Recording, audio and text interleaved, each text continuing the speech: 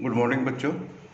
हम लोग 18 चैप्टर में थे और ट्रांसपोर्ट एंड कम्युनिकेशन के बारे में डिस्कस कर रहे थे।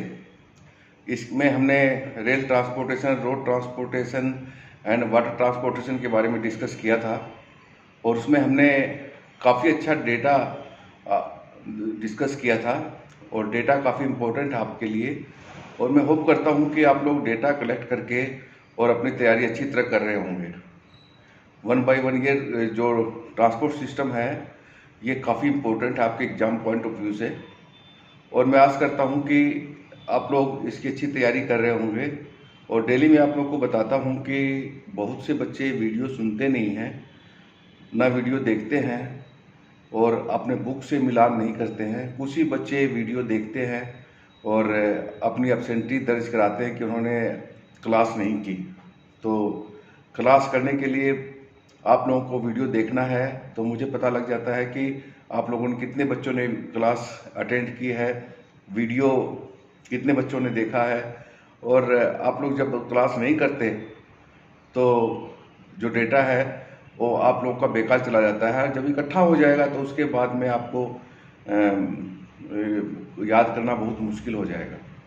तो मैं बार बार जैसे बोलता हूँ कि आप लोग वीडियो को अच्छी तरह देखा करो, उसको बुक से मिलान किया करो और मिलान करने के बाद आपको ये पता लगेगा ज्योग्राफिकल पॉइंट ऑफ व्यू से ये डेटा कितना इम्पोर्टेंट है, ये चीज़ें कहाँ कहाँ विद्यमान है और किस किस जगह इसका यूज़ किया जाता है।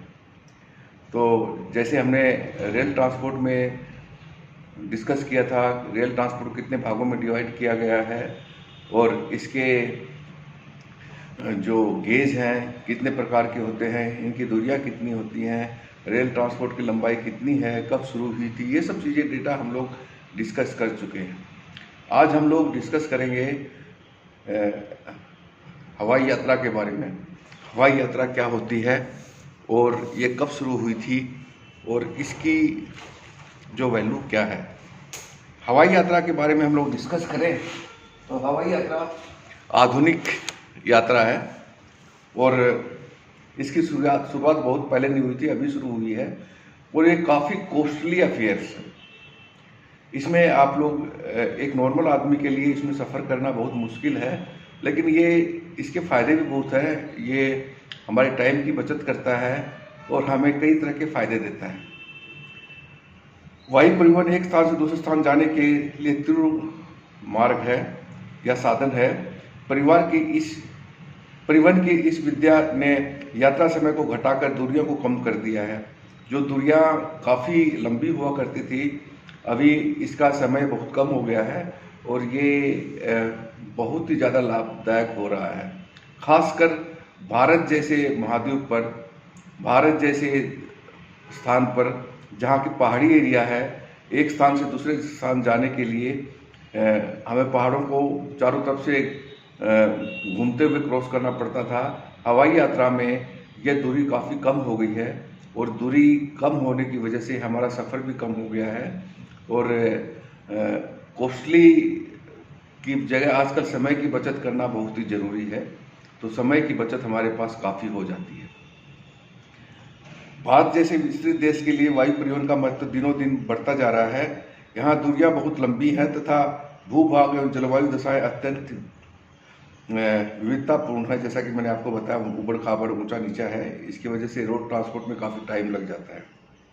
भारत में वायु परिवहन का विकास हम लोग देखें तो भारत में वायु परिवहन सेवा की शुरुआत 1911 में हुई थी।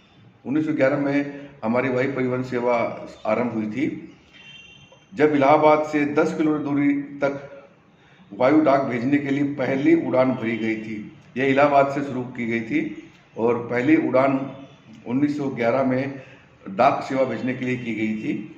इसका वास्तविक विकास प्रथम विश्व युद्ध के बाद हुआ था।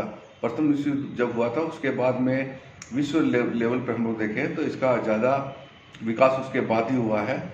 1947 में वायु परिवहन मुख्यतः 4 कंपनियां काम करती थी: Indian National Airways, Tata Sons Limited, Air Services of India तथा दक्कन एयरवेज। ये 4 कंपनियां थी जो हमारे आज़ादी के समय में भारत में काम करती थी।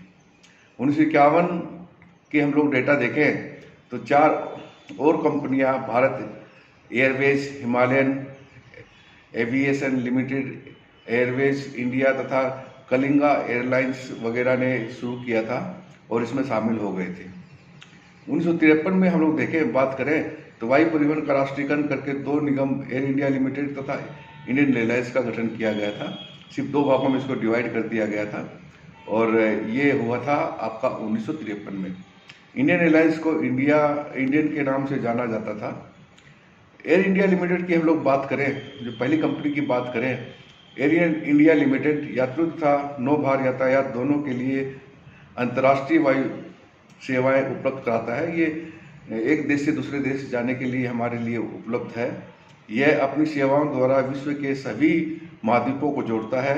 एयर इंडिया के बेड़े में 16 हवाई जहाज अपने स्वामित्व वाले तथा 15 ड्राई लीज वाले तथा 5 वेट लीज वाले हवाई जहाज इसमें शामिल किए गए थे जब ये शुरू किया गया था।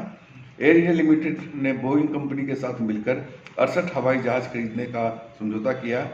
2014-15 में एयर इंडिया ने 55 लाख सवारियां ढोई थी। वह 277 करोड़ रुपए का राजस्व प्राप्त किया था। अगर हम लोग इंडियन एयरलाइंस की बात करें तो यह देश का प्रमुख घरेलू विमान है। इसमें सिर्फ इंडिया के अंदर ही सफ़र कर सकते हैं हम लोग। यह 54 घरेलू स्थानों के लिए तथा अपनी पूर्ण स्वामित्व वाली सहायक कंपनी अलायंस एयर के साथ मिलकर 18 अंतर्राष्ट्रीय स्टेशनों के लिए विमान सेवाएं संचालित करता है। इंडियन के बेड़े में वर्तमान 73 विमान हैं। 2014-15 में अगर हम लोग बात करें तो इंडियन ने 101.4 लाख सवारियां ढोई थी और 145.8 करोड़ रुपए का राजस्व प्राप्त किया था। ये डेटा है आपके, जो कि एयर इंडिया से हमें मिले हैं और हमारी बुक में अच्छे डेटा दिए हुए हैं और लेटेस्ट डेटा है हमारे पास। इसके साथ ही एक कंपनी और भी काम करती थी जिसको हम लोग पवन हंस बोलते हैं। सार्वजनिक क्षेत्र की company Pawan Hans helicopter limited ONGC समुद्र अभियान के लिए हेलीकॉप्टर सेवाएं प्रदान करता है। कई राज्य की पवन हंस हेलीकॉप्टर की सेवा हम लेते हैं। देश के पूर्वोत्तर क्षेत्र में कठिन और दुर्गम स्थानों तक पहुंचने के लिए यह सेवा इस्तेमाल होती है। इस सेवा की हम लोग बात करें तो ये आमतौर पर ओएनजीसी के लिए ऑपरेट करता है। ओएनजीसी से जब हम लोग ये रिग वगैरह में जाते हैं तो वहाँ पर ये पवन हंस अपनी सेवाओं के द्वारा सवारियों को ले जाता है, लाता है और ये काफ़ी अच्छा साबित हुआ है पवन हंस। देश के पूर्वोत्तर क्षेत्र में कठिन और दुर्गम स्थानों तक पहुंचने के लिए यह सेवा इस्तेमाल होता है। भारतीय वायु सीमा ने सुरक्षित, सक्षम वायु यातायात तथा वैमानिक संचार सेवाएं प्रदान करने का दायित्व भारतीय विमानन प्राधिकरण को दिया हुआ है और ये प्राधिकरण ये अपनी सेवा प्रदान करता है। यह प्राधिकरण 127 हवाई अड्डों का प्रबंध करता है, जिसमें 15 अंतर्राष्ट्रीय, 3 कस्टम, 80 घरेलू और 29 सैनिक विमान टर्मिनल शामिल किए जाते हैं। ये आपका डेटा है। और जो एयर इंडिया का जो रूट है जो आपकी बुक में दिया हुआ है, ये देखो अच्छा दिया हुआ है। इसको आप लोग रूट को आप लोग मैच करके और किन किन स्थानों में कहाँ ये एयर इंडिया का ये जाता है, इसको आप लोग चेक कर सकते हो। और मैप से आप ये पता लगा सकते हो कि एयर इंडिया के विमान तथा दूसरे विमान कहाँ से कहाँ जाते हैं और इंडियन एयरलाइंस वगैरह के जो विमान हैं इनका रूट क्या है, इसके बारे में आप पता लगा सकते हो। इसमें वायु कंपनियों को हम लोग बात करें तो जेट एयरवेज है, सहारा एयरलाइंस है, डंकन विमानन सेवा है, गो एयरवेज है, किंग फिशर एयरलाइंस है, पैरामाउंट है, गो एयरलाइंस इंडिया है। इसके अलावा इंटर ग्लोबल एविएशन भी है, जो कि भारतीय राष्ट्रीय विमान कंपनियां लिमिटेड वगैरह इनके द्वारा काम करती हैं। और ये आपको जो विमान सेवा है ये आपको ये बताएगा कि भारत में विमान सेवा कौन कौन सी विद्यमान है और कौन कौन सी सेवाएं ये प्रदान करता है। तो इनका आप लोग डेटा अच्छी तरह ले लेना। कम से कम आपको ये पता होना चाहिए कि कहाँ से कहाँ कौन सी एयरलाइंस ले जाती है और आजकल बार बार ऐड भी आती हैं कि कौन सी विमान सेवा कितनी सस्ती पड़ती है, कितनी महंगी पड़ती है। इसके बारे में आमतौर पर ऐड भी आती है, न्यूज़पेपर वगैरह में पढ़ने के लिए हमें मिलता है। तो आप इसको डेटा वगैरह तैयार कर लें। इसके अलावा हम लोग देखें, मुक्त आकाश नीति बनाई गई है वर्ल्ड लेवल पे।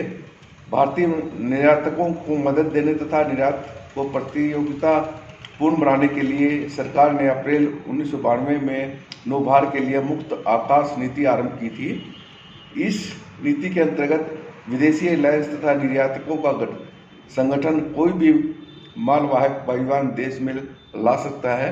ये मुक्त आकाश नीति के अंतर्गत ये कदम उठाया गया था और ये कदम काफ़ी हेल्पफुल हो रहा है। जो भी इस बिजनेस में भाग लेना चाहता है, इस बिजनेस को शुरू करना चाहता है, तो इसमें काफ़ी ये हेल्पफुल हो रहा है। और इसमें ये काफ़ी जो अपना बिजनेसमैन है काफ़ी कमाई भी कर रहे हैं और इसमें इससे काफ़ी फ़ायदा उठा रहे हैं।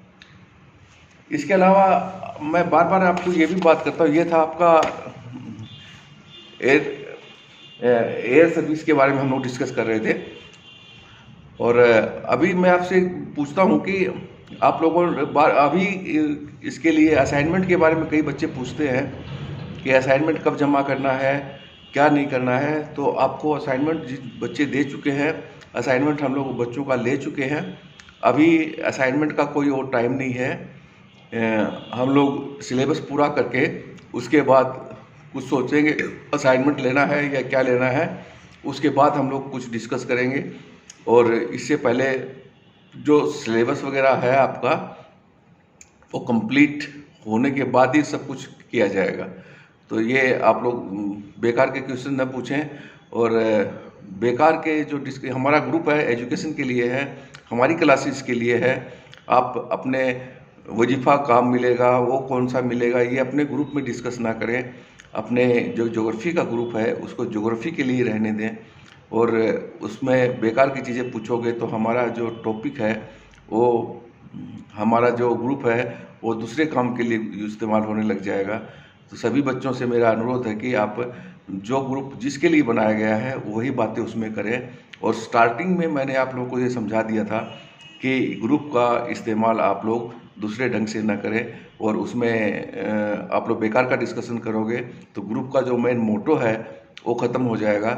और ग्रुप के मेन मोटो ख़त्म होने से हमारा जो एजुकेशन ग्रुप है ये इसका कोई फ़ायदा नहीं होगा और आप लोग का इसका नुकसान ही होगा। बेकार की बातें आप लोग ज़्यादा करोगे उसके अंदर। ये था आज का आपका टॉपिक, जो हवाई यात्रा के बारे में मैंने आपको बताया। इसके डेटा है, आप लोग याद कर लेना। Thank you very much. Have a nice day, enjoy your self.